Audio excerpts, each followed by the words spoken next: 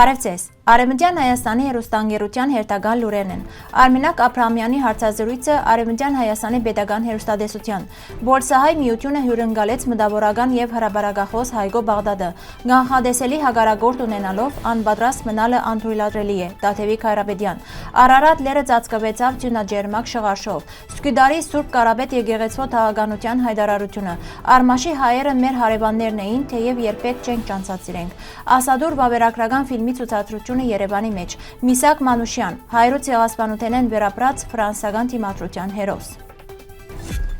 Արևմտյան Հայաստանի հեռուստատեսության տված իր հարցազրույցին մեջ Արմենակ Աբրահամյան հանդես եկավ հստակ եւ սկզբունքային ուղերձով, շեշտելով, որ ազգային եւ պետական իրավունքներու պաշտպանությունը չի կրնար հիմնվել միայն սկացական մոտեցումներու վրա, այլ կբահանջե փաստարկված իրավական մտածողություն։ Հարցազրույցի ընթացքին Արմենակ Աբրահամյան առաջարկեց վերադառնալ նախորդ զրույցի մեկ հատվածին, որբեսի հստակեցվի քննարկման մեկնագետը։ Անընդհատ պաշտոնական փաստաթուղթերու խնդրին, նշելով, որ դարբեր շրջանակներու մեջ կկատարվին հայտարարություններ առանց բավարար իրավական հիմնավորումի։ Այս առումով անգոչ ուղեց իր հայրենագիցներուն ներկայացնելու 1918 թվականի մայիս 28-ին առնչվող որևէ պաշտոնական փաստաթուղթ, որ կրնա փոխել գոյություն ունեցող պատկերացումը, ընդգծելով, որ նման փաստաթուղթ պաշտոնապես գոյություն չունի որևէ արխիվի մեջ։ Արմենակ Աբրահամյանի համաձայն վերջին մեկ շաբթվան ընթացքին Արևմտյան Հայաստանի ամբողջ մասնակիտական խումբը կործածած է բոլոր հնարավոր միջոցները, ուսումնասիրելով թե արխիվները, թե համացանցի մեջ հասանելի նյութերը, սակայն գրգին չէ հայտնաբերված որևէ փաստաթուղթ, որ կրնար փոխել հարցին իրավական ընկալումը։ Անավելցուց, որ եթե երբևէ նման փաստաթուղթ գտնվի, ինք պատրաստ է համահայկական մագարտակով հրաբարակավ ներողություն խնդրել։ Խոսելով իր ոճին եւ բնավորության մասին, Արմենակ Աբրահամյան նշեց, որ երբեմն սուր եւ հրահրիչ հարցադրումները անհրաժեշտ են առաջ շարժելու եւ ազգային դիրքորոշումներ ամրապնդելու համար։ Անոր համոզմամբ ներկայիս քննարկվող նյութերը պետք է ծառայեն ոչ թե առանցին կուսակցություններու կամ նեղ խմբավորումներու շահերուն, այլ ամբողջ հայ ազգի իրավունքներու պաշտպանության։ Ան առանձնահատուկ շեշտեց այն իրողության վրա, որ քննարկումներու առանցքին պետք է գտնվին բնիկ հայ ազգի իրավունքները։ Մենք չենք խոսիր առանցին քաղաքական ուժերու անունով, այլ կխոսենք հայ ազգի անունով, ընդգծեց ան, ավելցնելով, որ պետականություն չունեցող ժողովուրդներու իրավունքներու պաշտպանությունը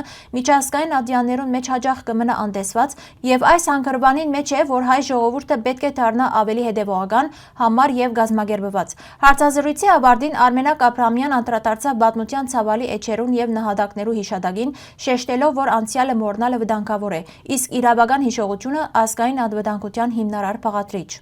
Անոր ուղերձը հստակ էր, միայն փաստերու վրա հիմնված մտածողությամբ, իրավական գիտակցությամբ եւ միասնականությամբ կարելի է պաշտպանել հայ ազգի իրավունքները, թե ներկային, թե ապագային։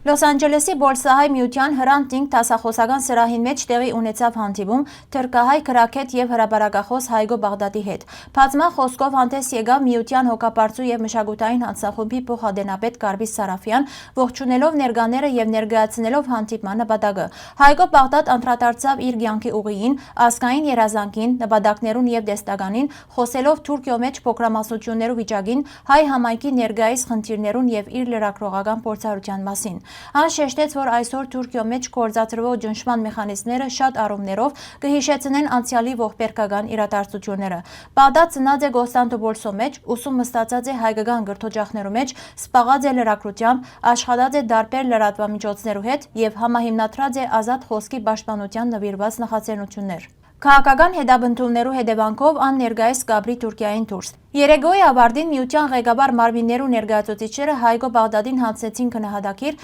իսկ հեղինակը մագակրեց իր գիրքերը հանդիպման մասնակիցներուն։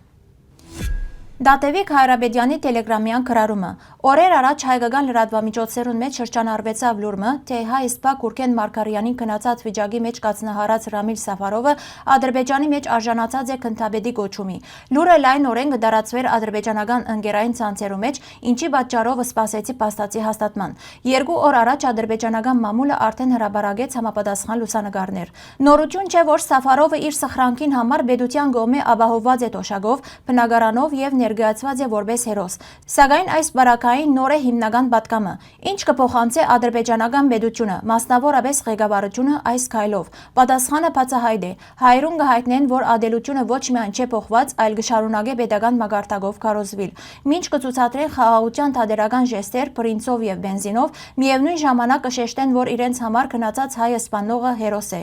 Ալիևի ուղիղ հրահանգով Հայաստանը կհամարվի պատմական հող, որում պիտի վերադառնան եւ այդ նպատակի համար կշարունակեն զինվել։ Այս ուղերձը կփոխանցվի ուղիղ, հստակ եւ առանց շրջանցումներու։ Այժմ հարցը հայ հասարակության գիտակցության մեջ է։ Կնախընտրեն խաբվել գեղձ ժեստերով, թե կլսեն բացահայտ թշնամական խոսքը եւ կկատարեն համապատասխան եզրակացություններ։ Այլ կերպ կգառուցեն այնպիսի պետություն, ուր Հայաստանի քաղաքացիին հաստված ոչիրը ոչ միայն անպատիժ չի մնար, այլ երբեք չի բարգեւատրվիր։ Իմ համոզումով այսքան կանխադեսելի հակառակորդ ունենալով անպատրաստ մնալը պարզապես հանցագործություն է մեր պետության եւ մեր քաղաքացիներու նկատմամբ։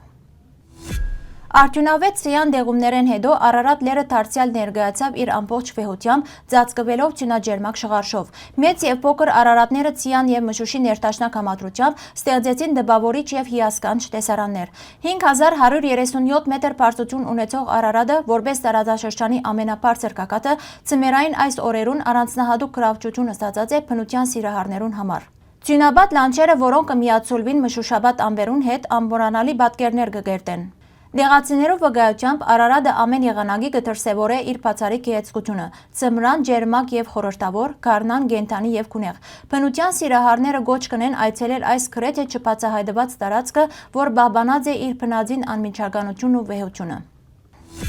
Սկյուդարի Սուրբ Կարապետ եկեղեցու թաղականներու խորհուրդը հայտնած է Տերնուհ Գյուսու բողոդային վրա գտնվող երկար դարիներ աբորինապար գրաված եւ չշահագործված հողամասը վաճառված է վակֆներու գլխավոր դնորենության։ Թաղականության բարձրապանությամբ նշյալ հողամասը գտնված է համասեփականության պայմաններու ներքո։ Իսկ հնարավոր թադական գործընթացը կգրնար հանգեցնել համայնքի համար զգալի նյութական վնասներու։ Վաճառքեն ստացված գումարը պիտի ուղղվի եկեղեցու թաղականության սեփականությունը հանդիսացող նոր եկամտաբեր գալված մը ձեռք բերելու նպատակին։ Թուրք գրող Օմեր Ակնի առաջին վեբը Տոսպիտ տաղը կպատմի Արմաշի հայության կյանքին եւ 1914-1915 թվականներուն դեղի ունեցած ողբերգական դեպքերուն մասին։ Վեբը հիմնված է հեղինակի երկարամյա ուսումնասիրություններուն վրա եւ կանտրատարնա Արմաշի հայ բնակչության պատմության, մշակույթին եւ հարգադրված տեղահանության։ Օմեր Ակն կշեշտե, որ հայերը այս տարածքներու բնիկ եւ իրական բնակիչներն էին, որոնք կյանքին հետքերը մինչեւ այսօր կպահպանվին ավերված լուներու, չրաղացի եւ դբարանի մնացորդներու միջոցով։ Թեև վեբը քեղարվեստական է իր ցևով, սակայն ան իր մեջ կգրե պատմական ճշմարտություն եւ կհրավիրե թե մարդեմ կանգնել անցյալին առանց շղթումի եւ խտրականության։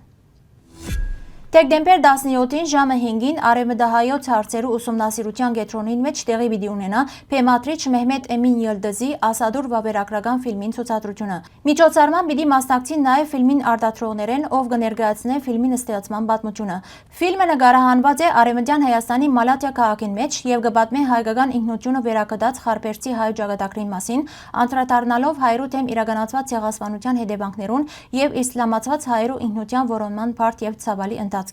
Մուտքը ազատ է։ Հավելյալ դեղեցության համար կխնդրենք այցելել մեր պաշտոնական կայք։